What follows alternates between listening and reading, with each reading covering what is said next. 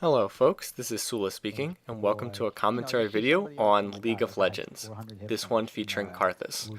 Karthus is one of my favorite champions. I've featured him in a couple of different videos, and this was another game where I was playing Karthus. I'm in a pre-made team along with Mookie, who's playing as Twitch, with Roland, who's playing Nasus, and with Donsky, who's playing as Xin Zhao. And then we picked up a fifth random person in matchmaking, who's playing Tarek C22. And I don't know who that is. You can see who we're matched up against. Tarek, Xin Zhao, Pantheon, Kog'Maw, and Shen. Tarek was free this week. That's probably why there's a Tarek on each one of these teams. And we are spawning on the north side of Summoner's Rift. One of the things that we were discussing at the start of this game that I'll talk briefly about is some of the starting items and different starting items to buy. For example, right when we were playing this game, it was the weekend of the WGC Championships. That is the sort of the international finals for League of Legends, with the best teams from North America, Europe, China, etc., playing against one another. So Mookie had been watching some of these games and trying to look at different things. One of the things that he kept noticing was that a lot of the players in those games like to load up with 2 or even 3 of the Doran's items right at the start of the game. So, for example, for a character that does damage per second, like a carry for the team, someone would load up with 2 or even 3 Doran's blades right at the start. So you can see Mookie has a Doran's blade there. I have a Doran's ring. And we were just talking about comparing that to champions who start with items that build into something else, items that are less powerful overall.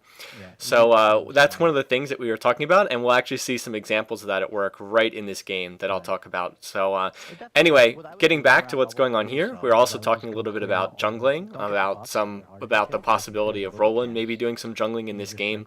We actually wouldn't end up doing that in this game, but it was something to think about in any case.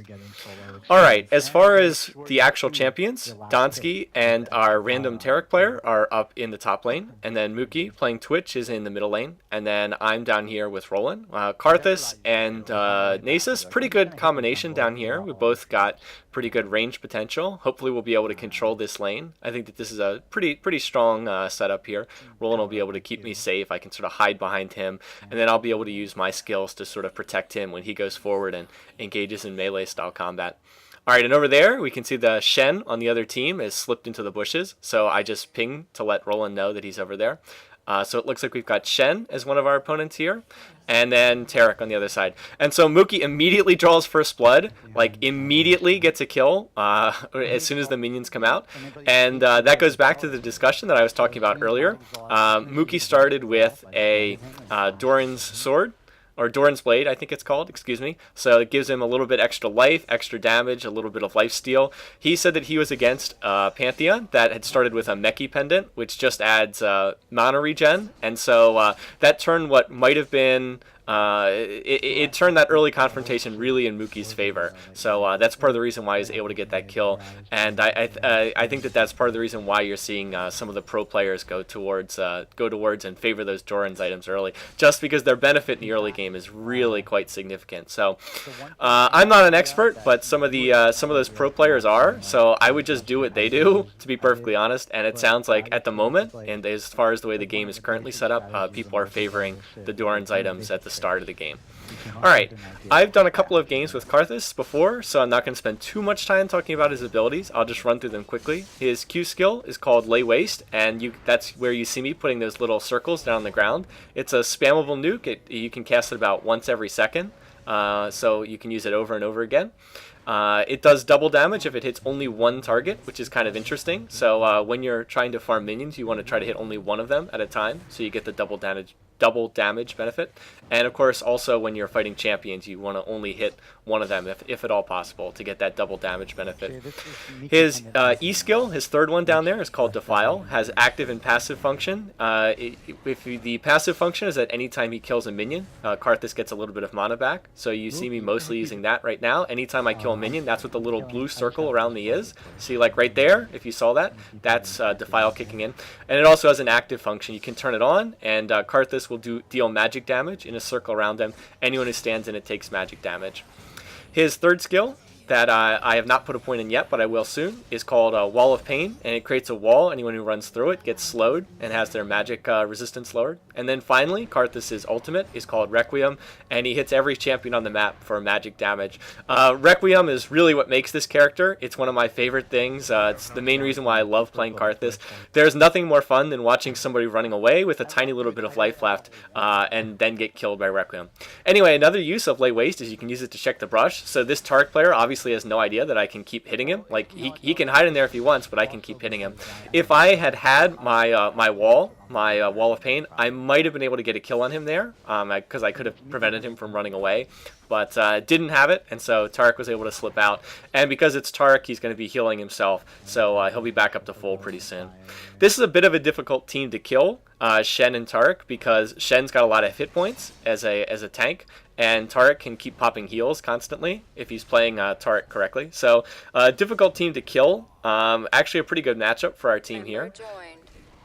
So more important than getting a kill is probably going to be farming up. And there you see them going for Roland, and I don't have my wall to slow them, but instead I'll try to drop down some Lay Waste to harass them. There, Mookie gets a second kill on Pantheon. So now Mookie's Twitch is already getting fed up, and that's an extremely good sign for our team that he's already gotten 2 kills in mid.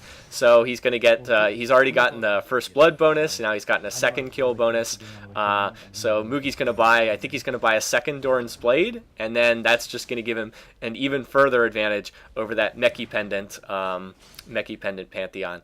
Pantheons, I mean, every champ, to a certain extent, every champ in this game is a bit of a snowball. You know, once they get that snowball rolling, they become strong. But some are even more so than others. Pantheon is a real snowball champ. He's generally either really good or really, really weak in this game, one or the other. There you saw Tark back in the bushes again.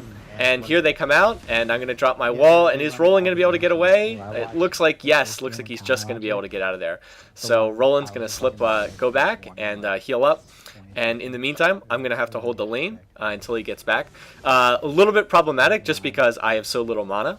You can see I'm pretty much out at this point in time. But I can't go back, but I can't also go back, or else they're going to be able to do too much damage to our tower. So for the moment, I'll just hold the lane here and by myself and just do what I can. If I'm smart about using Defile, I actually can continue to get minion kills, even though I don't have much mana. Now Mookie's going to come down, and he's trying to come in behind the team, which is the right idea, but it's going to be tough for me to help because I'm so low on mana. So all I can really do is throw down my wall and try to get them to fight me. There you see Shen comes out, and Shen comes too far forward. We're able to get him. Again, I'm really limited because I have so little mana, but I can at least throw my auto attack into the mix and do what I can there. So there comes Tark, and Mookie keeps poisoning him, and I'm going to add in my my piddly little auto attack damage, which doesn't do much, but you know, every little bit helps, and Mookie's able to get both kills, and I'm able to assist on both. So now Mookie's already up to 4 kills, and Mookie is kicking butt. Well done, Mookie. Just dominating. Now Mookie's going to go back to heal, as am I, but since I have teleport, I'm going to go cover the middle lane until Mookie can get back. So that worked out pretty well for us, all things considered. And I'm going to buy the first part of a catalyst and teleport in. And Roland should be good to hold that bottom lane for now because we just killed both people over in the bottom lane. Now Pantheon is missing, so we're not exactly sure where Pantheon is. Well, now we know where Pantheon is. It looks like he went up to the top lane and got a kill there. He probably jumped into the top lane, but I didn't see that happening. Again, I wish that this game had a replay feature so you could kind of, you know, click around and watch that, but it doesn't. So what are you going to do? Now here, what I see, Mookie tells me he's going to go up to the top lane and try to get this team, and I should go up there to support him. I really should have, but instead I stayed down here. So our Tark player gets killed. But Mookie goes up to the top, and Mookie manages to kill Pantheon, and then he's going to engage Xin Zhao as well. And they're going back and forth, but Mookie's been fed up enough that he's able to get that kill, so he actually got both kills. So it worked out well for us, and Mookie got another 2 kills. He's already up to 6 kills at this point in time, merely 8.5 minutes into the game. But you saw me down here. I mean, what was I doing? I wasn't really doing anything. I was just kind of uselessly standing around in the middle, not even really killing minions or getting farmed up. So I should have gone up there with Mookie. That would have been the smart play. So not the greatest move on my part. It did work out for our team though. So and now I'm able to get a little bit extra experience, a little bit extra gold. And I think I asked Roland at one point around here, like, do you want me to come down? Do you want me to help out? But he was like, nah, I'm fine. I can hold this lane for now. So that allows me to do a little bit of free farming. And yeah, that's where Roland says, good. That was me asking, do you want me to come down there? Are you good? And he said, yeah, I'm good. But now I'm going to slip down here. And hopefully they'll continue to push forward, these two, because you can see Mookie's coming down from the top, and I can sit here in the bushes. And if they push forward on our tower again, it'll be really easy for us to pull off a kill. Their Twitch has gone stealthed. One of the reasons why Twitch is such a strong champ, because he can go invisible like that. So right now we're waiting, but unfortunately they're being a little bit more defensive, and perhaps smartly so. And Mookie's stealth is about to wear out on Twitch. It's about to come out, so we figure, all right, we have to engage. So out comes Mookie, and then I'm going to come into this fight and cut off their line of retreat. Even though they don't walk through the wall, it forces them to walk in the opposite direction. So they're going to ignite Mookie, and let's see, are they going to be able to kill him? I'm not sure. And nope, they're not able to, and Mookie's able to get that Shen with his poison. So pretty well done. And now here comes Tarek, and let's see, are we going to be able to catch Tarek? I threw down my wall to slow him, and to get in a couple of hits, and Tarek just stops for some reason, which actually allows him to dodge my lay waste. So no, we're not able to get Tarek, but still pretty successfully on the whole. And oh, here's Pantheon. So let's just duck away from that. Be careful here. So now I've gotten another assist. Mookie got another kill. I think that he's already up to 7 kills. So you can see when Twitch gets fed up that high, he's going to be pretty unstoppable. So we're already looking to be in really good shape here.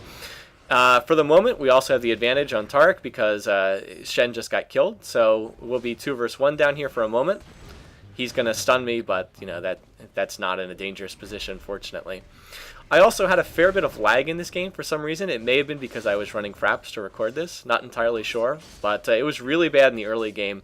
Then it kind of leveled off and wasn't so bad. So now we're back to our laning assignment again. But if you can see, Roland and I are both higher levels than these guys. We're 8 and 7 compared to their 6, and that reflects the fact. Reflects the fact that they've been getting killed, and of course whenever they're dead they're missing out on experience. There we wanted the lane to push forward a little bit, so that's why we did that. And I got a request to use Requiem, and so there we go. Well done, Donsky. Donsky had the call to use my ultimate, and that's enough to get a kill there. So now out comes Shen, and I'm gonna drop my Wall of Pain to make it tougher for him to run away. Out comes Tarek, and unfortunately I'm out of mana, so that limits what I can do. But so yeah, we're not gonna be able to get a kill there. If I had my mana, had full mana, probably could have gotten one of them. But the good news is that Summoner Teleport is back up, so I can teleport back to base. I can buy a Catalyst, and I can buy a Sight Ward. Probably shouldn't have bought a Ward there. I probably should have bought that Negatron Cloak, or no, not Negatron Cloak. Whatever the thing is that goes with Mercury Treads. I can't remember the name off the top of my head, but it's the other component of the boots. Anyway, probably should have bought that because I would have been able to afford it.